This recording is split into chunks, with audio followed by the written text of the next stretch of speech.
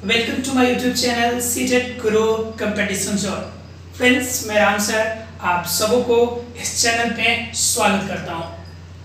Friends, मैं आप लोग के लिए प्रतिदिन शाम को 6 बजे लेकर आता हूँ एकेडमिक लाइव सेशन। फ्रेंड्स, इस सेशन में हम लोग क्लास 10th और 12th के चैप्टर्स को कवर करते हैं, साथ ही साथ उनके ऑब्जेक्टिव क्वेश्चंस को भी डील करते हैं। फ्रेंड्स, आज का जो सेशन है वह अनुवांशिकता और जैव विकास का लास्ट टॉपिक है, जिसमें आज हम लोग जानेंगे जीवाश्म, समजात अंग, समरूप अंग, इन सभी के बारे में हम लोग जानेंगे। साथ ही साथ इसका क्या इंपोर्टेंस है, कैसे ऑब्जेक्टिव क्वेश्चन को इससे क्वेश्चन आते हैं, कैसे उसे डील करना है, इन सभी बातों को हम लोग कंप्लीट फॉर्म में देखेंगे। फ्रेंड्स, आप हमें यूट्यूब चैनल पे लगातार सपोर्ट करते आ रहे हैं, आशा है कि आगे भी आप हमें सपोर्ट करेंगे। आइए फ्रेंड्स, स्टार्ट करते हैं आज का सेशन। आइए स्टार्ट करते हैं आज का टॉपिक। फ्रेंड्स, आज का टॉपिक जो मेनली जो मरा था वो था समरूप, समजात अंग एवं जीवाश्म के बारे में। पहला टॉपिक हम लोग जानेंगे फ्रेंड्स समरूप, कि समरूप अंग क्या होता है। समरूप अंग का मतलब होता है कि जिनकी उत्पत्ति किसी भी फॉर्म में हो लेकिन उनके कार्य एक समान दिखते हो, उसे हम लोग समजात अंग के समरूप अंग के कैटेगरी में रखते हैं।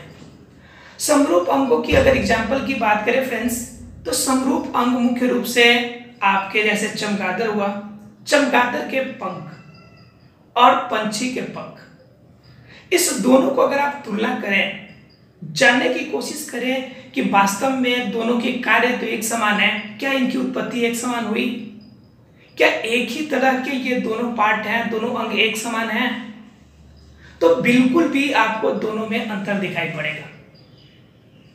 क्यों अंतर दिखाई पड़ेगा? क्योंकि चमगादड़ का जो पंख है वास्तव में कोई पंख नहीं है वो, बल्कि वो हाथ की अंगुलियां है, और अंगुलियों के बीचों का जो ये गैप है, ये जो गैप आपको दिख रहा है, ये गैप सिर्फ क्या हुआ, भरा गया। अब इस गैप भरे जाने के कारण, ये जो गैप है, इस गैप के भरने के कारण, ये जो गैप भरा हुआ है, इस गैप भरने की वजह से उनकी ज्यादा विकसित हो गई, और विकसित होने के बाद क्या बन गया, एक अंग के रूप धारण कर लिया। फोटो में दिख रहा है आपको। तो ये जो आपका बढ़ा हुआ भाग है, अंगुलियों का बढ़ा हुआ भाग है, यह उनका क्या कर लिया, एक प्रकार के पंख का रूप धारण कर लिया, और यह पंख उसे उड़ने में मदद करने लगा। अगर वही दूसरी केस अगर आप पंछियों का लें, पंछी के अंदर देखें, तो पंछी के अंदर क्या होता है भाई, पंछी के अंदर सबसे बड़ी चीज होती है कि पंछी के अंदर जो आपका पंख होता है, वह पंख वास्तव में उनके बॉडी को कवर करने के लिए उनकी पंखुड़ियों से लगा हुआ पार्ट होता है, जिसके कारण उसका बॉडी कवर्ड रहता है, ढका हुआ रहता है, जिससे उनके बॉडी को सुरक्षा मिलती है, साथ ही साथ अपने बॉडी को बाहर के प्रतिकूल वातावरण के हिसाब से अपने आप को अरेंज करके रखता है। देखिएगा, जिस समय ज्यादा ठंड पड़ती है उस समय जो पंछियां होती है अपने पंखों में अपने पैर एवं पूरे बॉडी को समेटकर उसके बाद वो रातों में सोती है। तो यह क्या इंडिकेट करता है, ये इंडिकेट करता है कि उनके पंख जो है वास्तव में बॉडी के कवर्ड पार्ट है, और चमगादड़ का पंख क्या है, वास्तव में उनके हाथ का फैला हुआ पार्ट है। अब दोनों का कार्य की अगर तुलना कीजिए तो दोनों उड़ने में मदद करते हैं। चमगादड़ के पंख वो भी उड़ने में मदद करते हैं, पंछी के पंख वो भी उड़ने में मदद करते हैं, लेकिन दोनों की उत्पत्ति क्या हुई, अलग अलग फॉर्म में हुई। एक का हाथ के रूप में हुआ और दूसरे का किसके रूप में हुआ, बॉडी के कवर पार्ट के रूप में। अब दोनों कंडीशन को अगर आप समतुल्य रूप में देखें तो इसमें आपको एक डिफिनेशन मिलेगा कि उत्पत्ति अलग अलग तरह से हुई, अलग अलग भागों से उसकी उत्पत्ति हुई, वो अंग तैयार हुआ अलग अलग फॉर्म में, लेकिन कार्य क्या हो गए, दोनों के कार्य एक समान हो गए। जब उत्पत्ति अलग अलग फॉर्म में हो और कार्य एक समान रूप में हो, तब उसे हम लोग क्या कहते हैं, तब उसे हम लोग कहेंगे समरूप अंग। क्लियर है फ्रेंड्स सब किसी को? फटाफट बताइए कि आपको क्लियर हुआ है नहीं हुआ, क्योंकि जब तक आपका पॉइंट क्लियर नहीं होगा तब तक हम आगे के टॉपिक पे जाने वाले नहीं हैं। फटाफट बताइए फ्रेंड्स, सबका क्लियर है? किसी को कोई डाउट है तो बोलिए फटाफट फटाफट कमेंट्स कीजिए लाइव चैट में। लाइव चैट में मैं आपके साथ हूं, फटाफट आप कमेंट्स कीजिए। डाउट होगा तो रिपीटेशन में जरूर करूंगा, क्योंकि समरूप अंग जिसकी उत्पत्ति आपकी अलग अलग फॉर्म में हो लेकिन कार्य एक समान हो, उससे हम लोग समरूप अंग के नाम से जानते हैं। क्लियर है फ्रेंड्स किसी को? अब दूसरे अंग, दूसरे पार्ट की अगर बात करनी है हम लोग को, ये सबका क्लियर है? चलिए देखते हैं दूसरा पार्ट। दूसरे पार्ट की अगर फ्रेंड्स बात करें तो वो है आपका समजात अंग। क्या है फ्रेंड्स? समजात अंग। अब समजात अंग क्या होता है? ठीक इसके उल्टा। अब ठीक उल्टा के लिए पहले वाला आपको याद होना चाहिए। पहले वाले में हमने क्या देखा था कि उत्पत्ति अलग अलग फॉर्म में हो लेकिन कार्य एक समान हो। अब उल्टा कह रहा है, इसका मतलब क्या? उत्पत्ति एक समान हो लेकिन कार्य अलग अलग हो, भिन्न भिन्न रूप में उसका यूज किया जाए। जैसे कि अब देख लीजिए बंदर के पास 4 पैर हैं, अगला पैर वो हाथ के रूप में इस्तेमाल करता है। उसके बाद अगर मान लीजिए कि चिंपैंजी का देखें, वनमानुष का देखें या फिर मानव का देखें, सरीसृप का देखें, तो सभी के अंदर क्या होते हैं कि आपके जो पैर होते हैं अलग अलग फॉर्म में यूज किए जाते हैं। अब ये क्या हो गया? पैर की सभी की उत्पत्ति तो एक समान हुई है चलने के लिए, लेकिन क्या हुआ? इन सभी का यूज वे लोग अलग अलग पर्पज से करते हैं। अब उनके कार्य में भिन्नता दिख रही है हमें, कार्य अलग अलग तरीके से हो रहा है और लेकिन उत्पत्ति एक समान हुई है। जब कार्य अलग अलग हो और उत्पत्ति एक समान हो, एक जैसा दिखे, तब उसे हम लोग क्या कहेंगे? तब उसे हम लोग कहेंगे कि यह एक समजात अंग है। समजात अंग मतलब समान जाति के समान रूप में उत्पन्न होने वाला अंग जिनके कार्य भिन्न भिन्न हो सकते हैं, उसे हम लोग समजात अंग कहते हैं। और समरूप अंग और समजात अंग ये दोनों इंडिकेट करता है कि हमारी जो उत्पत्ति हुई है, सभी की उत्पत्ति एक समान, एक ही जीव से इनकी उत्पत्ति हुई है।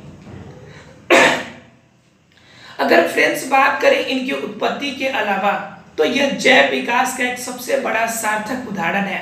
यह इंडिकेट करता है कि जीवों की उत्पत्ति जो हुई है क्रमिक विकास से हुई है, एक एक करके क्रम से तैयार होने की वजह से हुई है और धीरे धीरे ज्यादा दिनों तक बीतते गया, क्रमिक विकास होते गया और विकास होने के दौरान इनमें अलग अलग तरह के चेंजेस हुए और जितना अधिक चेंजेस हुआ, जितना अधिक बदलाव हुआ, उनके अंगों का विकास उसी रूप में हुआ। जो जीव जिस रूप में जिस अंग का यूज करना शुरू किया, उसका अंग उसी रूप में विकसित हो गया। यह आपका जैव विकास का जीता जागता सबसे सिंपल उदाहरण है। फ्रेंड्स अगर बात करें अगले टॉपिक की, तो अगला टॉपिक है हमारा जीवाश्म। ये दोनों सब किसी का क्लियर हो गया? समरूप और समजात अंग सब किसी का क्लियर है? किसी को डाउट है समजात समरूप में? दोनों में बस उल्टा एक दूसरे का याद रखना है। एक में उत्पत्ति एक समान लेकिन कार्य भिन्न भिन्न, दूसरे में क्या है? उत्पत्ति अलग अलग लेकिन कार्य एक समान। बस इतना ही याद रखना है आपको इसमें। और यह जैव विकास का सबसे बड़ा अंग है, सबसे बड़ा पार्ट है। ठीक है फ्रेंड्स, अब क्या होता है कि अब जैव विकास के बाद हम लोग को जानना है जीवाश्म, क्योंकि जीवाश्म भी हमें जैव विकास के क्रमिक विकास को हमें बतलाता है और हम इसमें सभी पॉइंट को जान रहे हैं जो कि हमारे जैव विकास में हमारे लिए सार्थक है एवं उपयोगी है। अगर बात करें हम लोग जैव विकास की, तो जैव विकास के अंदर जीवाश्म का जो रोल है, उसके लिए पहले जीवाश्म को जानना जरूरी है। जीवाश्म का शाब्दिक अर्थ होता है जीवों का अवशेष, जीवों का भाग, जीवों का टुकड़ा, जो किसी कारणवश लाखों करोड़ों वर्ष पहले किसी प्राकृतिक आपदा के कारण, प्राकृतिक आपदा जैसे भूकंप हो सकता है, बाढ़ आ सकते हैं, सुखाड़ पड़ सकते हैं, किसी भी वजह से धरती फटी और धरती फटने की वजह से आपका क्या हुआ? जो धरती के जीव जंतु थे, पेड़ पौधे थे, मिट्टी के अंदर चले गए। जब मिट्टी के अंदर जब यह चला गया यह पार्ट, तो जाने के बाद क्या हुआ? जाने के बाद यह धरती के अंदर गया, कुछ भाग अपघटित हो गया, क्योंकि बहुत सारे आपके बैक्टीरिया, वायरस हमारे जो भूमंडल है उसमें उपस्थित है। अब जहां पे अपघटन हो गया, जो कि टूट गए, वो टूट गए तो सामान्य रूप से वो विलीन हो गए, मिट्टी के फॉर्म में चले गए। क्योंकि टूट के सभी न्यूट्रिएंट्स उसके बॉडी पार्ट्स के अलग अलग हो गए। लेकिन जो जीव का अवशेष, जो पेड़ पौधे का अवशेष किसी वजह से ऐसे भाग में दब गया, ऐसे पत्थरों के बीच में दब गया जहां पर ऑक्सीजन प्रॉपर्ली नहीं पहुंच पाया, और जहां पे ऑक्सीजन नहीं पहुंच पाया वहां पर बैक्टीरिया वर्क नहीं करेगा, क्योंकि बैक्टीरिया भी तो जीव है, उससे भी तो जीवित रहने के लिए ऑक्सीजन चाहिए। तो जहां पे ऑक्सीजन नहीं पहुंच पाया वहां पर क्या हो गया कि वो पेड़ पौधे या वो जीव वहीं पर दबे रह गए, और जिस फॉर्म में दबे थे उसी फॉर्म में दबे रह गए। अब क्या हुआ कि बहुत दिनों के बाद, हजारों लाखों वर्षों के बाद, जो पुरातत्वविद थे उन्होंने क्या किया, मिट्टी की खुदाई करके जब अवशेष प्राप्त किया तो उसी अवशेष को उन्होंने जीवों का अवशेष अर्थात कि जीवाश्म नाम दिया।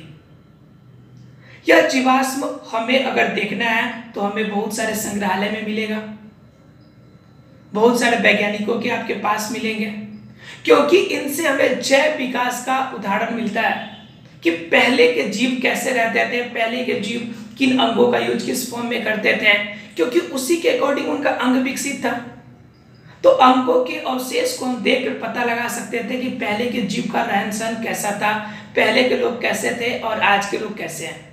तो इससे क्या होगा, जैव विकास के क्रमिक परिवर्तन के बारे में हम लोग क्या कर सकते हैं, पता लगा सकते हैं। यहाँ तक कि हमारे वैज्ञानिक अब इतने अधिक विकसित हो गए हैं कि यह जीवाश्म, यह जीव कितना पुराना था इसका भी पता लगा लेते हैं।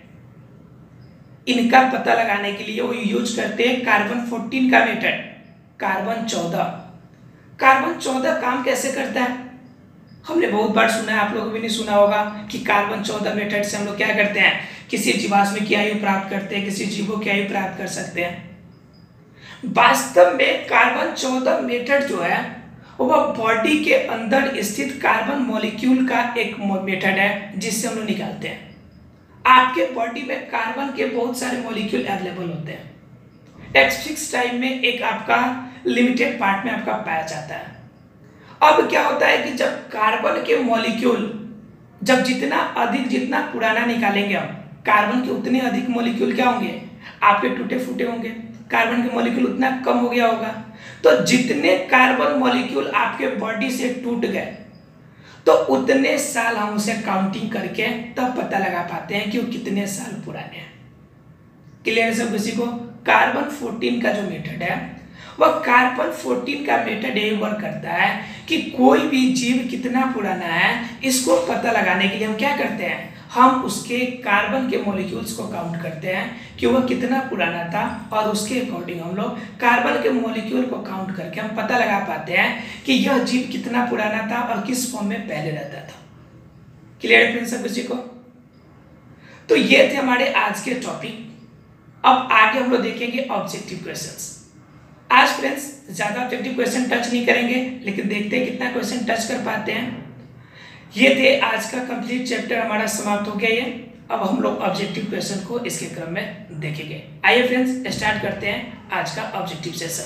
अगर इससे रिलेटेड कोई डाउट हो तो आप हमें कमेंट्स जरूर कीजिएगा। आइए देखते हैं फ्रेंड्स ऑब्जेक्टिव सेशन। आइए फ्रेंड्स स्टार्ट करते हैं आज का ऑब्जेक्टिव सेक्शन। ये क्लास 3 का अनुवांशिकता एवं जैव विकास का ऑब्जेक्टिव क्वेश्चन है। पिछले पार्ट में फ्रेंड्स अभी हमने इस पार्ट में भी देखा था जीवाश्म के बारे में, समजात के बारे में, समरूपक के बारे में। अब देखना है हमें इसके ऑब्जेक्टिव क्वेश्चन, देखना है इससे रिलेटेड ऑब्जेक्टिव क्वेश्चन, कौन से ऑब्जेक्टिव क्वेश्चन है, कैसे हम इसे हैंडल कर सकते हैं, कैसे कर सकते हैं, सॉल्व कर सकते हैं। चलिए स्टार्ट करते हैं फ्रेंड्स आज का ऑब्जेक्टिव सेशन। ऑब्जेक्टिव क्वेश्चन का फर्स्ट क्वेश्चन जो हमारा फ्रेंड्स, लैंगिक जनन के उपरांत संतानों में अलैंगिक जनन की अपेक्षा विभिन्नताएं होगी, वो कैसे? आपको बताना है कि लैंगिक जनन के उपरांत संतानों में अलैंगिक जनन की अपेक्षा क्या विभिन्नताएं दिखेगी। तो फ्रेंड्स इसके लिए आपके पास सिर्फ 10 सेकेंड का टाइम है, आप देंगे आंसर सिर्फ 10 सेकेंड में। जल्दी करें फ्रेंड्स।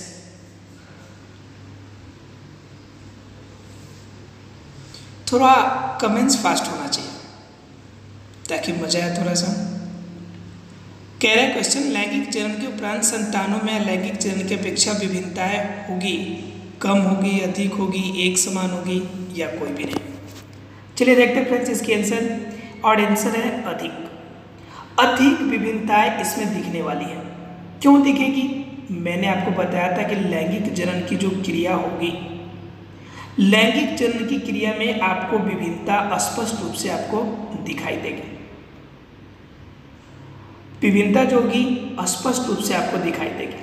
विभिन्नता दिखाई देने के पीछे रीजन भी है, क्योंकि इसमें क्या है कि इसमें दो अलग अलग माता पिता और दोनों के मिलने से जो संतान बनेगा उसमें एक नई क्वालिटी तो आएगी आएगी, क्योंकि इस जीव के अंदर जो जीन तैयार होगा वह जीन एक माता का होगा और एक पिता का होगा, दो अलग अलग फॉर्म में होगा।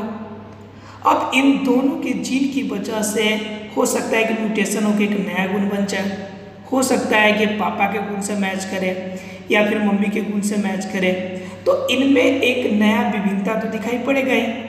लेकिन अलैंगिक जनन की क्रिया में ऐसा पॉसिबल नहीं है, क्योंकि उनके लिए जो आपका जीव होता है वो सिर्फ एक ही जीव होता है, और इसी एक जीव के अंदर क्या होते हैं, आपके नर भाग भी होता है और मादा भाग भी होता है, जिनकी वजह से इनसे जो बच्चा अगर पैदा भी हो तो ये बच्चा बिल्कुल उनके गुण के एक समान होगा। क्लियर है फ्रेंड्स? इस वजह से लैंगिक जनन के उपरांत संतान जो होंगे वह अलैंगिक जनन की अपेक्षा काफी भिन्न होंगे। क्लियर है फ्रेंड्स? अब किसी को डाउट नहीं होना चाहिए, क्योंकि पीछे के पॉइंट में काफ़ी ज़्यादा मैंने इस पर जोर दिया था कि लैंगिक जनन, अलैंगिक जनन, जीनोटाइप, फेनोटाइप पे। क्लियर है फ्रेंड्स? अगर आपने पिछला सेशन नहीं देखा हो तो जरूर देखें आप। अगले क्वेश्चन की बात करें फ्रेंड्स, मेंडल ने अपने प्रयोगों के लिए किस पौधे को चुना था? बहुत जबरदस्त सब्जेक्टिव क्वेश्चन है, बहुत बार एग्जाम में क्वेश्चन पूछा जा चुका है। जल्दी बताइएगा आप कि मेंडल ने अपने प्रयोग के लिए किस पौधे को चुना था? और फ्रेंड्स इसका जो सही जवाब है आपका वो है आपका ऑप्शन नंबर ए, मटर। ये आपको पता है कि मटर के पौधे को उन्होंने क्या किया था? अपने प्रयोग के लिए चुना था, सब किसी को पता है। और इन्हीं पर इन्होंने मोनोहाइब्रिड और डाईहाइब्रिड दोनों आपके जो थे वो दोनों को इन्होंने प्रयोग करके दिखाया था। क्लियर है सब किसी को? मोनोहाइब्रिड, डाईहाइब्रिड दोनों। आपको अभी बताने में कि मोनोहाइब्रिड के जीनोटाइप रेशियो क्या था, फटाफट मुझे कमेंट्स बॉक्स में बताइए कि मोनोहाइब्रिड के जीनोटाइप रेशियो क्या था। फेनोटाइप और जीनोटाइप दो तरह के होते हैं, आपको बताना है मोनोहाइब्रिड का जीनोटाइप रेशियो क्या था। हम अगले क्वेश्चन में आपको इसको बताएंगे, तब तक आप हमें लाइव चैट में आंसर कीजिए आप लोग। आइए फ्रेंड्स, तब तक हम अगला क्वेश्चन पे चलते हैं। अगला क्वेश्चन कहता है हमारा, फ्रेडरिक मिशर ने न्यूक्लिक नाम किसे दिया था? न्यूक्लिक नाम किसे दिया गया था, अर्थात कि केंद्रक नाम किसे दिया गया था? केंद्रक में ऐसा क्या चीज़ पाया जाता था जिसके कारण उसे न्यूक्लिक नाम दिया गया? फटाफट बताइएगा फ्रेंड्स। पिछले क्वेश्चन के कुछ आंसर आ गए हैं और कुछ स्टूडेंट कन्फ्यूजन में है। मैं बता दूं कि पिछले क्वेश्चन का आंसर जो होता हुआ 3:1, अर्थात कि 3:1 मोनोहाइब्रिड का जीनोटाइप रेशियो होता है, क्योंकि उसमें 3 आपके एक समान अर्थात कि बड़े दिखाई पड़ते हैं, जबकि एक जो होता है बिल्कुल छोटा रूप में आपको दिखाई पड़ता है। क्लियर है फ्रेंड्स? किसी को 3:1 जीनोटाइप का रेशियो था मोनोहाइब्रिड के लिए, डाईहाइब्रिड के लिए नहीं बात कर रहा हूँ, मोनोहाइब्रिड के लिए। क्लियर है फ्रेंड्स किसी को?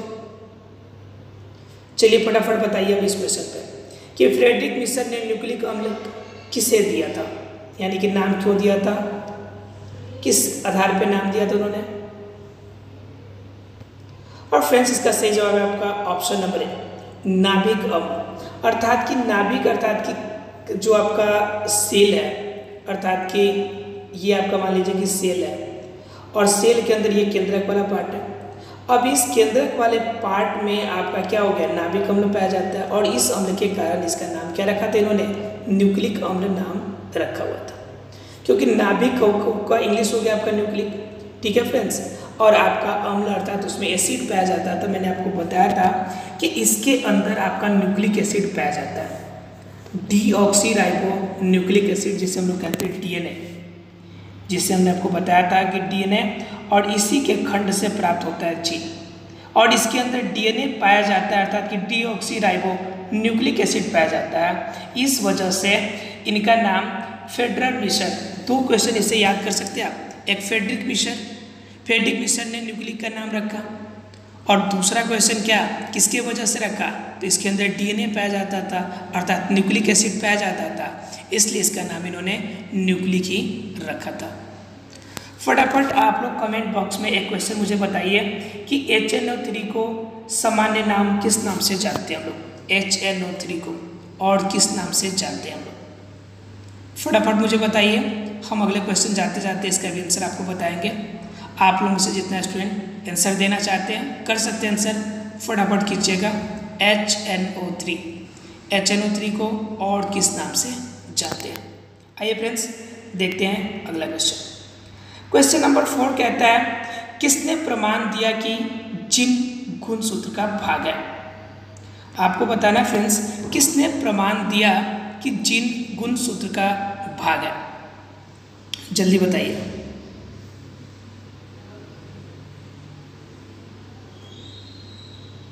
थोड़ा फास्ट कीजिएगा तो थोड़ा मुझे भी मज़ा आएगा, क्योंकि टाइम थोड़ा सा कम लगे लेकिन ज़्यादा क्वेश्चन सॉल्व हो, मैं भी चाहता हूँ।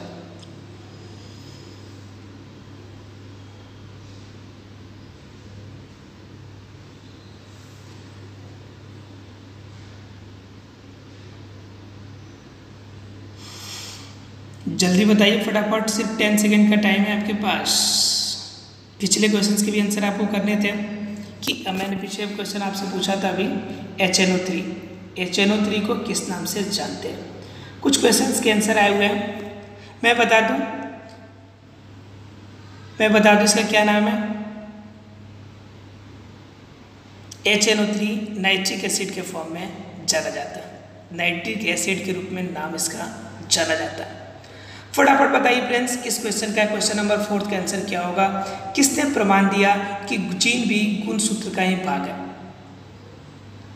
और फ्रेंड्स इसका सही जवाब जो होगा ऑप्शन नंबर सी, 1902 में बोवेरी और सटन। ये 2 नाम याद रखिएगा, ये WES ये सब नहीं आता है। ऑप्शन में आपको दिया रहेगा बोवेरी और सटन, ठीक है, याद रखना है आपको बोवेरी और सटन। इससे याद रखना है आपको BC, याद रहेगा आपको BC, बोवेरी और सटन। BC याद रखेंगे शॉर्ट में। अब इसे किसने जीन के बारे में बताया था, गुणसूत्र में पाया जाता है, तो उनका नाम था BC, अर्थात कि बोवेरी और सटन। याद है सब किसी को, क्लियर हो जाएगा सब किसी को डाउट है तो बोलिए फटाफट। हम चाहते हर चीज़ को शॉर्टकट में, अपना मेथड होना चाहिए याद करने का, क्योंकि सभी बातों को हम याद तो नहीं रख सकते ऐसे, इसलिए सभी चीज़ों को छोटा करके याद करें तो आसानी से हम लोग इसे याद रख सकते हैं। किसी को डाउट है तो इसमें बोलिए फटाफट। बोवेरी और सट्टन ने 1902 में यह प्रमाण दिया था कि जो जीन होता है वो गुणसूत्र में ही पाया जाता है। और कैसे पाया जाता है इनके बारे में पहले हम बता चुके हैं कि गुणसूत्र होता है, गुणसूत्र के अंदर डीएनए पाया जाता है, और डीएनए के टूटने के बाद, अर्थात कि जो डीएनए का खंड होगा, डीएनए का खंड को हम लोग क्या कहते हैं, जीन के नाम से जानते हैं। क्लियर है फ्रेंड्स। और जीन ही जो हमारे पूर्वजों के गुण को रखता है, आनुवंशिक गुणों को धारण करता है। क्लियर है सब किसी को डाउट है इसमें? चलिए डाउट नहीं तो देखते हैं अगला question, question number 5। Question number 5 कहता है, प्रत्येक गुणसूत्र 2 कुंडलित धागों का बना होता है, जिसे किस नाम से जानते हैं। आपको फोटो मैंने दिखाया था कि गुणसूत्र जो होते हैं वो वास्तव में 2 खंडों से ऐसे बने हुए होते हैं।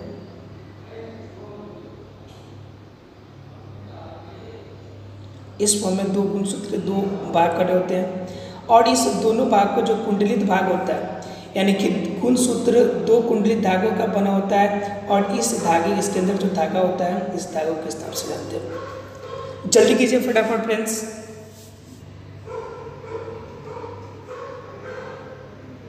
इसमें टाइम नहीं लगना चाहिए। और फ्रेंड्स इसका सही जवाब की अगर बात करें तो वो है आपका अर्ध गुणसूत्र। ठीक है फ्रेंड्स, ये कहलाते हैं, अर्थात कि जो कुंडलित भाग होगा बीच का, जो कि गुणसूत्र के अंदर पाया जाएगा, उससे हम लोग अर्ध गुणसूत्र के नाम से जानेंगे। क्लियर है फ्रेंड्स किसी को? क्योंकि ये क्या होता है कि ये अगर केंद्रक की बात करें हम लोग तो ये अगर आपका सेल हो गया, सेल के अंदर एक केंद्रक हो गया, और केंद्रक के अंदर क्या होता है, जाली की नुमान संरचना होती है इस फॉर्म में, ठीक है, जिसे हम लोग क्रोमैटिन जाल कहते हैं।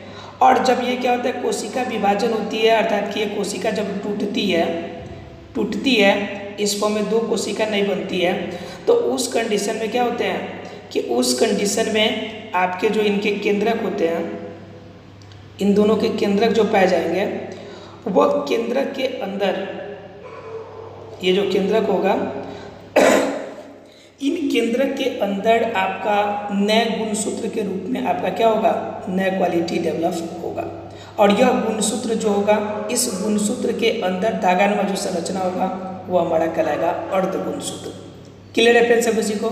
अर्थात कि गुणसूत्र के अंदर जो धागानुमा संरचना है उसे हम लोग अर्ध गुणसूत्र के नाम से जानते हैं। अगर कोई पूछे कि गुणसूत्र की उत्पत्ति कैसे हुई है, तब हमारा आंसर होगा क्रोमैटिड जाल से। क्रोमैटिड जाल से गुणसूत्र की उत्पत्ति हुई है। गुणसूत्र की बिंदु की बात करें तो जिस पॉइंट पर दोनों गुणसूत्र एक दूसरे से मिलते हैं उससे हम लोग गुणसूत्र का बिंदु कहते हैं। क्लियर है फ्रेंड्स किसी को? क्रोमैटिन जाल से टूटकर गुणसूत्र बनता है, जिस पॉइंट पर दोनों गुणसूत्र मिलते हैं उसे गुणसूत्र का बिंदु कहते हैं। ठीक है सर, किसी को डाउट है तो बोलिए फटाफट मुझे। किसी को कोई डाउट नहीं इसमें? किसी को कोई प्रॉब्लम इसमें? चलिए ठीक है, कोई प्रॉब्लम नहीं। देखते हैं फ्रेंड्स अगला question, question number 6। Question number 6 कहते हैं हमारा, विकास के आधार पर निम्नलिखित में से किसका शारीरिक अभिकल्प उत्तम है? अर्थात कि शारीरिक जो संरचना है सबसे उत्तम किसका है? अगर क्या किया जाए, विकास का आधार पर देखा जाए कि कैसे जैव विकास होगा, उनके आधार पर अगर देखा जाए तो किनका शरीर सबसे उत्तम माना जाएगा? फटाफट बताइए मुझे।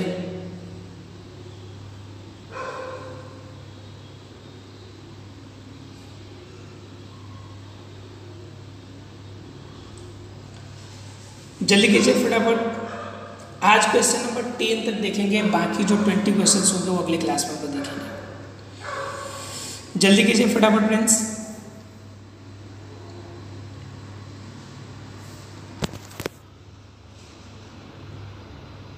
चलिए देखते हैं इसके आंसर। इसके आंसर जो होगा ऑप्शन नंबर डी, चिंपैंजी। अर्थात कि चिंपैंजी जो होगा विकास के आधार पर देखिएगा तो एक छोटे जीव से पूरे जटिल जीव के रूप में विकसित हुआ है। अर्थात कि यह जटिल जीव में विकसित होने के फॉर्म में आपका माना जाए तो आपका चिंपैंजी के अंदर सभी प्रकार के अंग एवं अंगतंत्र विकसित होते हैं। इसलिए विकास के आधार पे चिंपैंजी को सबसे उत्तम जीव के अंदर रखा जाएगा। जीवाणु तो पूर्ण रूप से खुद विकसित नहीं होता है, तो जीवाणु का मानने का कोई सवाल ही नहीं उठता है। मकड़ी के अंदर सभी अंग विकसित नहीं होते क्योंकि उनके अंदर तो आपका रक्त को ले जाने के लिए आपका नस भी नहीं पाया जाता, अर्थात कि धमनी और शिरा भी नहीं पाया जाता। मछली के अंदर आपका विकसित है कुछ हद तक, लेकिन उनके पैर विकसित नहीं है, बहुत सारे अंग विकसित नहीं उनमें, इसलिए वो भी नहीं होगा। चिंपैंजी में सभी तरह के अंग एवं अंगतंत्र विकसित होते हैं, इसलिए चिंपैंजी को शारीरिक अभिकल्प में सबसे उत्तम माना जाता है। क्लियर है सब किसी को? किसी को डाउट है तो बोलिए। चलिए इसी क्रम में एक और क्वेश्चन मैं पूछ लेता हूँ कि जीवाणु, उस जीवाणु का नाम बताइए जिससे दूध दही में परिणत होता है। कौन से जीवाणु उसमें वर्क करते हैं दूध से दही बनाने में? तब तक हम लोग देखते हैं अगला क्वेश्चन। आपको बताना है दूध से दही बनाने में कौन से जीवाणु यूज होते हैं। क्वेश्चन नंबर 7 कहता है हमारा, शरीर में भोजन का पचना किस प्रकार का अभिक्रिया है? अगर ये नहीं पता तब तो पिटाने वाली बात है भाई, तब तो मैं फ़ोन पर ही सब किसी को मारूंगा। मैं डंडा लेके आता हूँ। फटाफट बताओ कि शरीर में भोजन का पचना किस प्रकार की अभिक्रिया है? हमने सब बताया था आपको, उपचयन, संयोजन, विस्थापन, अपचयन। अगर फिर भी डाउट है तब तो बड़ी दिक्कत वाली बात है।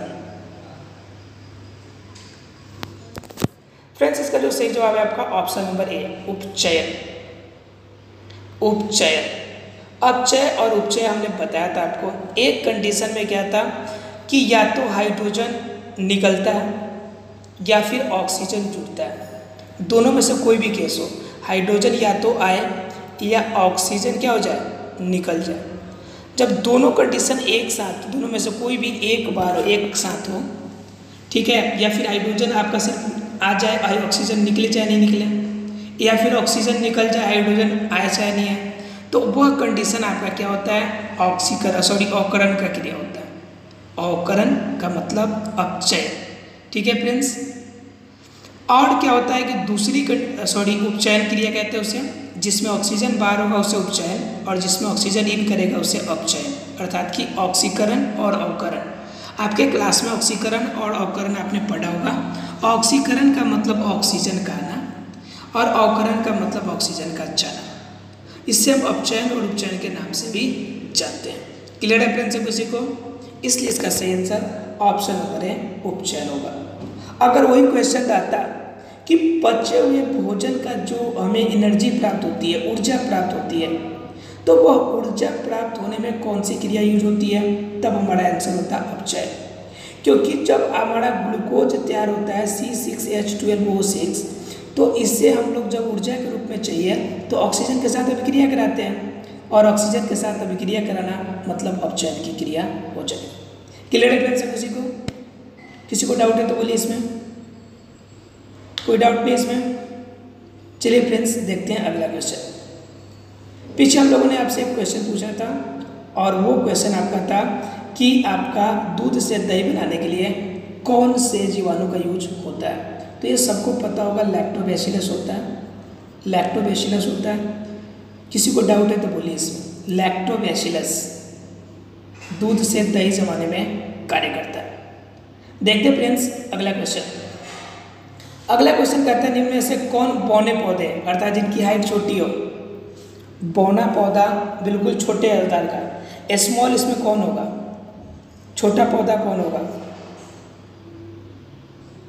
आपको क्रॉस करके सब कुछ समझाया पिछले क्लास में, इसलिए डाउट नहीं होना चाहिए इसमें। 5 सेकेंड भी मैं नहीं देता क्वेश्चन है। इसका जो सही आंसर है फ्रेंड्स, ऑप्शन नंबर सी, आपका स्मॉल टी।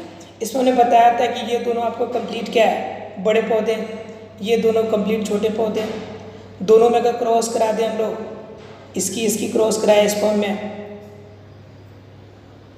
ठीक है फ्रेंड्स, तो यहाँ पे क्या होगा, ये स्मॉल टी कैपिटल टी, ये भी आपके बड़े पौधे ही प्राप्त होंगे। जिसमें एक भी कैपिटल टी है वह पौधा बड़ा होगा, दिखेगा हमें, लेकिन जिसमें दोनों का दोनों छोटा है तो वह पौधा हमेशा में क्या दिखेगा, बौना दिखेगा, छोटे आकार का दिखेगा। क्लियर है फ्रेंड्स किसी को? चलिए देखते हैं क्वेश्चन नंबर 9। कौन सा अभिलक्षण वंशानुगत नहीं है? इसमें से बताना है कौन सा लक्षण वंशानुगत नहीं है।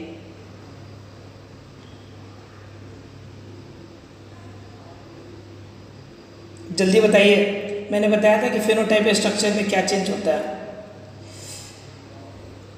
और चेनोटाइप में क्या क्या चेंजेज हो सकते हैं।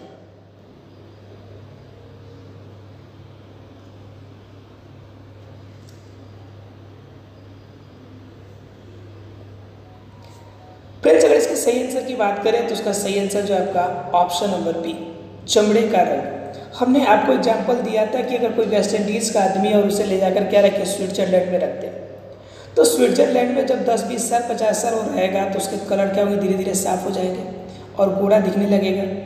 लेकिन फिर से उसे लाकर अगर वेस्ट इंडीज़ में ले आकर डाल दीजिएगा तो धीरे धीरे उनका कलर फिर से क्या हो जाएगा, सांवला काले रूप में आ जाएगा। तो यह क्या है कि चमड़े का जो रंग है सिर्फ भौगोलिक स्थिति बदलने के कारण, जलवायु बदलने के कारण इनके अंदर होने वाले बाहरी रूप में चेंजेज है।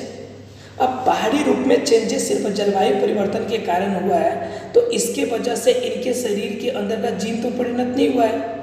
जब जीन में परिवर्तन जो चीज़ नहीं होगा वह चीज़ें वंशानुगत नहीं होगी। वंशानुगत सिर्फ वही चीज़ें होती है जहाँ पर जीन के स्ट्रक्चर में बदलाव होता है। क्लियर है फ्रेंड्स किसी को? इसलिए यहाँ पर आपका क्या होगा, ये वंशानुगत नहीं होगा। बाकी आँखों का रंग जैसे माता का है, पिता का है, उस फॉर्म में बेटे बेटी का हो सकता है। शरीर का आकार आकृति, पापा लंबे हैं तो बच्चा भी लंबा होगा। बाल की प्रकृति अर्थात कि बाल ज़्यादा घने पिताजी के तो हो सकता है बच्चे का ही बाल घना हो। तो ये कंडीशन आपकी सभी जो है आपका वंशानुगत होती है, लेकिन चमड़े का जो रंग है, कलर है, वो आपके भौगोलिक वातावरण के अनुसार चेंज होती है, जिसके वजह से ये इसके अंतर्गत नहीं आता है और यह वंशानुगत क्रिया के अंतर्गत नहीं आता है। अर्थात कि एक वंश से दूसरे वंश में, एक पीढ़ी से दूसरे पीढ़ी तक ये नहीं जाएगा। क्लियर है फ्रेंड्स? किसी को डाउट है तो बताइए हमें। सबको क्लियर है? चलिए फ्रेंड्स देखते हैं इस क्विज कॉन्टेस्ट का आखिरी क्वेश्चन। द्विसंकर क्रॉस यानी कि डाई हाइब्रिड के फलस्वरूप उत्पन्न पौधे में फेनोटाइप का अनुपात बताना है। फेनोटाइप का फॉर्मूला याद होगा मेरा, आंसर 1 सेकेंड भी नहीं लगना चाहिए।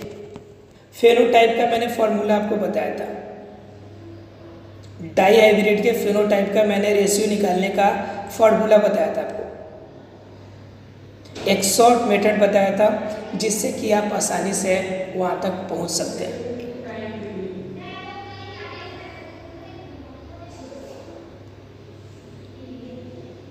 जल्दी बताइए फटाफट। और फ्रेंड्स इसका सही जो आंसर है आपका, वो है आपका ऑप्शन नंबर बी, 9:3:3:1। यहाँ पे मैंने आपको ट्रिक बताया था कि 1:3:3:3 = 9, अर्थात कि 9 लाना है तो आपको क्या करना है, 9 लास्ट में लाना है, ये माइंड कर लीजिए। अब मल्टीप्लाई करना से शुरू कीजिए 1 से, इसके जितने भी गुणनखंड हैं उनसे 1 × 3 3 होगा, फिर 3 से मल्टीप्लाई करेंगे तब जाके आपका 9 आएगा, तब ये आपका 9 आएगा। और 9 आने का मतलब है कि हमारा क्या हो गया, ये अनुपात पूरा हो गया। अब इसे क्या करेंगे, हम इसे अनुपात के फॉर्म में रख देंगे, 9:3:3:1। ये क्या हो गया, हमारा आंसर हो गया। क्लियर हो गया सब किसी को फ्रेंड्स? डाई हाइब्रिड किस फॉर्म में चेंजेस होता है, अर्थात कि डाई हाइब्रिड का जो अनुपात है फेनोटाइप का, वो सबको याद रहेगा। 9 हमें लाना है, 1 × इसके जितने गुणनखंड है उसे मल्टीप्लाई कर दीजिए आपस में, 1 × 3 × 3 = 9, आंसर आ गया। क्लियर है सब किसी को फ्रेंड्स? चलिए फ्रेंड्स, ये थे आपके टॉप 10 क्वेश्चंस। आप लोग हमारे साथ इस पूरे क्विज कॉन्टेस्ट में साथ ही साथ क्लास में साथ ही रहे, इसके लिए thank you very much friends.